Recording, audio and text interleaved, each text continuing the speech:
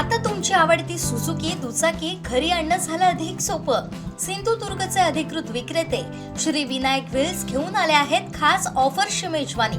मग वाट कसली बघताय? आजच आपल्या स्वप्नातील राईड बुक करा. पत्ता प्लॉट नंबर 92 MIDC तालुका कुडाळ जिल्हा सिंधुदुर्ग. माजी प्राचार्य HV देशपांडे यांच्या प्रमुख उपस्थितीत कोकण मराठी साहित्य परिषदेचे अध्यक्ष कवी दीपक पटेकर यांच्या बकुळीची फुले काव्यसंग्रहाचा प्रकाशन सोहळा केशवसूत कट्ट्यावरती मोठ्या दिमाखात संपन्न झाला. पाहूयात.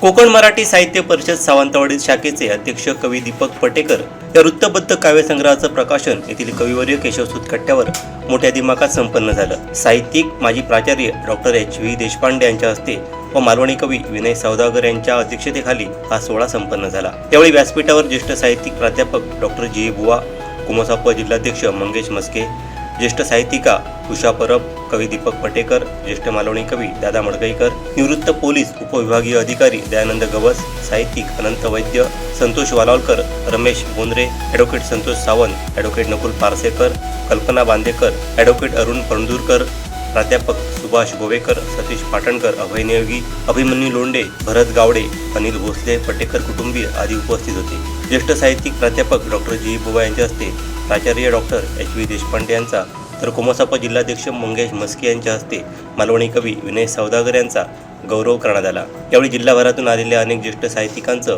पुस्तक भेट देऊन सन्मान करण्यात आला.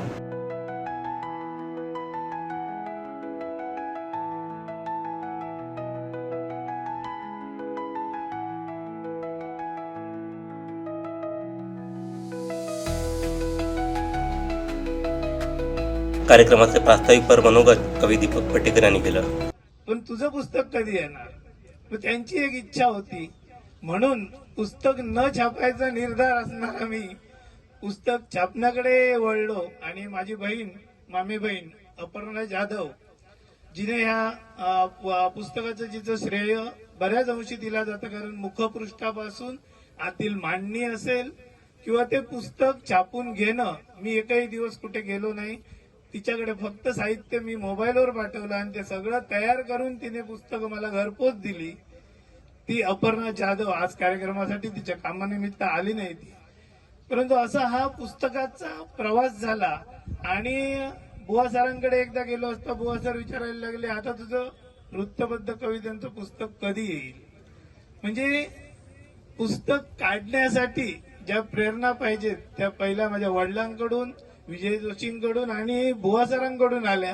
त्यानंतर या पुस्तकाची निर्मिती झाली आणि ही वृत्तबद्ध कवितेची फक्त मी 7 कविता घेतल्या, जवळजवळ 250-300 कविता असतील वृत्तातील, त्यातल्या नेमक्या मी 60 कविता घेऊन हे पुस्तक काढलंय.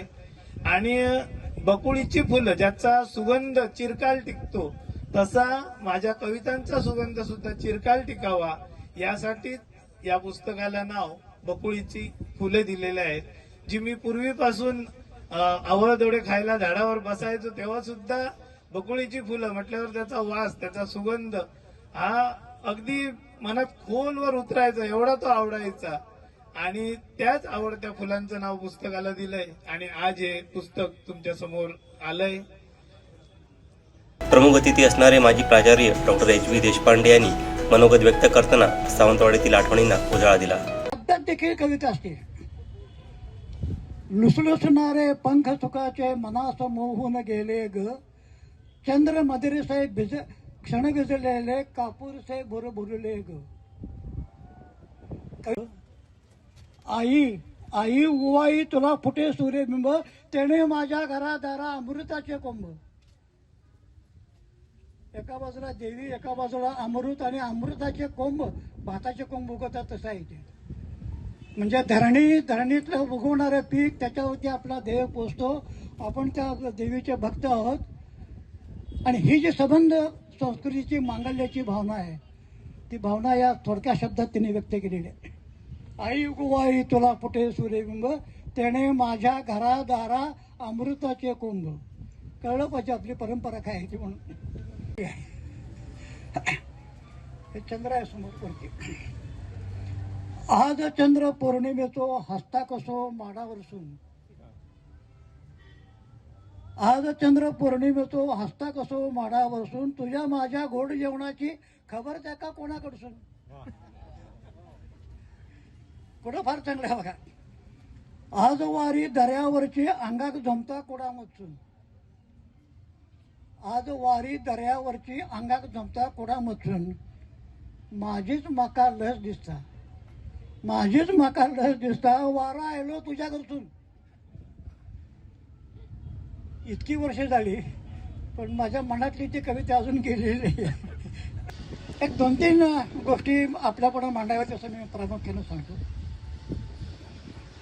एक म्हणजे ही जी नवीन कविता घेणारी नवीन पिढी आहे सावंतवाडीमध्ये, सुंदरवाडीमध्ये, त्यांना गेल्या 50-60 वर्षातील या दक्षिण कोकण मधल्या कवितेची जी काय पार्श्वभूमी आहे, जो काय वारसा आहे, त्याची चांगली ओळख असायला हवी असं मला वाटतं. आणि अलीकडच्या काही कविता वाचल्यानंतर किंवा आपला काव्यसंग्रह बकुळीची फुले वाचल्यानंतर मला निश्चितपणे असं वाटतं की हा वारसा असाच पुढे चाललेला आहे आणि नवीन पिढीचा आणि जुन्या पिढीचा एक ऋणानुबंध या काव्यसंग्रहातून प्रसिद्ध झालेला आहे, आपल्याला प्रत्ययाला येतोय असं मला वाटतं. 2च गोष्टी महत्वाच्या या समारंभाच्या निमित्तानं मी आपल्यापुढे ठेवणार आहे. 1970 ते 1987 17 वर्ष या सावंतवाडीत या पंचम खेमराज कॉलेजमध्ये इंग्रजीचं अध्यापन केलं आणि त्या काळामध्ये 2-3 महत्वाच्या गोष्टी माझ्या आयुष्यात घडल्या.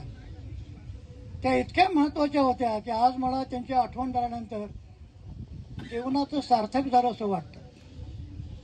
त्यातली पहिली गोष्ट म्हणजे दक्षिण रत्नागिरी साहित्य संघाची स्थापना ही आहे.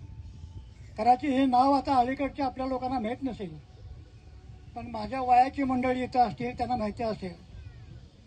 त्यावेळेला बाप्पा धारणकर होते, त्या समारंभात आलेले होते आणि ते आम्हाला म्हणाले की तुम्ही लवकरच तुम्हाला याचं नाव बदलावं लागेल. पण त्यावेळेला सिंधुदुर्ग जिल्हा नव्हता आणि त्यामुळं आम्हाला दक्षिण रत्नागिरी, कारण रत्नागिरी जिल्हा, तेव्हा दक्षिण रत्नागिरी साहित्य संघ अशी आम्ही त्या संघाची स्थापना केली.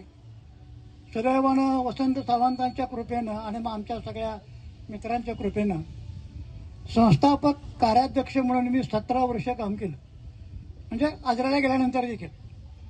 आणि मी सांगितलं आता काय शक्य नाही बा, आजरा जवळ आहे, नाही असं नाही आहे, पण आता ही जरा कोणीतरी सांभाळेल. त्याच्या 2-3 आठवणी आहेत आणि ह्या नवीन लोकांना किंवा नवीन कवींना त्या माहिती असल्या पाहिजेत. परंपरा काय आहे. मला असं वाटतं की हा जो कार्यक्रम आता या ठिकाणी या वेळेला या चंद्राच्या साक्षीनं होतोय, असा कार्यक्रम फार कमी लोकांना बघायला मिळेल किंवा अशा कार्यक्रमात फार कमी लोकांना सहभागी होता येईल. सावंतवाडीकरांचं मी एक आता अभिनंदन करतो. तुम्ही अशा ठिकाणी राहत आहात की जी मुळातच सुंदर आहे आणि त्या सौंदर्याचा एकंदरीत आस्वाद आपल्या या कार्यक्रमानं आणखीन वाढतो आहे. महेश केळुसकर हे नाव आपल्याला माहिती असेल. महेश केळुसकर कविवर, तो वसंत सावंतांचा मराठीचा विद्यार्थी आणि मी इंग्रजी कंपल्सरी असल्यामुळं माझाही विद्यार्थी, पण अतिशय हुशार. सावंत एकदा मला म्हणाले, अरे चुई, मला ते 12 वर्षांनी मोठे म्हणाले वसंत सावंत. ते अरे तुरे म्हणायचे, आम्ही त्यांना सर म्हणायचो. महेशला म्हणले काहीतरी काम दे म्हणले आपल्या संघामध्ये. मी म्हणलो वा, आपण सांगितल्याप्रमाणे व्यवस्थित काम करणारा एक दिसतोय म्हणले, हा महेश आहे, पण तो लहान आहे म्हणलं अजून, त्याच्यात हे सगळं काय होणार नाही. बघ ना म्हणले काय करतोय ते, तू कोल्हापूरचा आहेस ना म्हणले, काय आहे ते बघ मग. तेव्हा तुकाराम नाईक होते. तुकाराम नाईक म्हणले, वसंतराव तुम्ही सांगताय ना, याचवेळी तुम्ही करायला पाहिजे म्हणले हे काम. काय काम आहे, हा संघ रजिस्टर करायचा आहे म्हणजे दक्षिण रत्नागिरी साहित्य संघ हा रजिस्टर व्हायला पाहिजे, आपल्यावरती काहीतरी चांगला सरकारचा शिक्का पाहिजे. मी गेलो रजिस्टर ऑफिसमध्ये कोल्हापूरच्या, सगळे कागदपत्र घेऊन सह्या पिया सगळं, मग आमचं काम असते ना. तर तिथल्या आयुक्त, धर्मादा आयुक्त मला म्हणले, अहो सर म्हणजे तुम्ही सेक्रेटरी म्हणून ज्यांचं नाव लिहिलं आहे त्यांचं वय भरत नाही आणि त्याला सेक्रेटरी तुम्ही कसं करणार. मी म्हणलं साहेब हे काय 5-7 महिने कमी असतील म्हणलं, तेवढं कंट्रोल करा. त्यामुळे मुळात कवी आहे आणि चांगलं काम करणार आहे. तेव्हा महेशला म्हणलं तुम्ही ही संधी डावलू नका, आमच्या सगळ्यांची जी चॉईस आहे. काय कोणाला टोकते काय झालं ते म्हणलं सर तुम्ही असं म्हणताय काय, ठीक आहे म्हणजे आम्ही मान्य करतो. आणि अपूर्व वय असताना महेश कडुसकर दक्षिण रत्नागिरी साहित्य संघाचा सेक्रेटरी झाला. म्हणजे हा फार मोठा एक विषय झाला. पुस्तक प्रकाशन सोहळ्याचे अध्यक्ष कवी विनय सौदागर यांनी अध्यक्षीय मनोगत व्यक्त केलं. या प्रसंगी कोकण मराठी साहित्य परिषदेच्या सदस्यांकडून कवी दीपक पटेकर यांचा शाल व पुष्पगुच्छ देऊन सत्कार करण्यात आला. कार्यक्रमाचे सूत्रसंचालन सहसचिव विनायक गावस यांनी केलं, तर आभार सचिव राजू तावडे यांनी मानले.